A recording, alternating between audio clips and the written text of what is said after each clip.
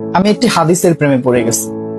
হাদিসটা হচ্ছে ঠিক এমন যে যখন বান্দা একটি ঘরে কান্না শুরু করে এবং তখন আল্লাহর ফেরেশতারা বলে যে আল্লাহ, তোমার এই বান্দাটা কি জন্য কষ্ট পাচ্ছে, এবং ফেরেশতারা আল্লাহর কাছে কান্নাকাটি করে বলে যে তার মনের ব্যথাকে তুমি আল্লাহ কমিয়ে দাও। তখন আল্লাহ তাআলা বলেন যে আমার বান্দা এমন কোনো কিছুর মায়া পড়েছিল বা ভালোবেসেছিল যা আমার চাইতে সে বেশি ওই জিনিসটার প্রতি ভালোবেসে ফেলেছিল।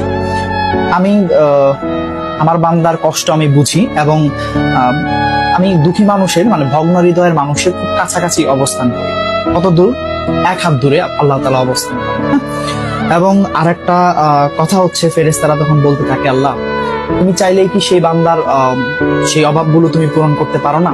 তখন আল্লাহ তাআলা বলেন যে আমি ওয়াদা করতেছি আমার বান্দা যে জিনিসটা তার জীবন থেকে হারিয়েছে তার চাইতে অধিক উত্তম জিনিস আমি তাকে দিব, যা দেখে পৃথিবী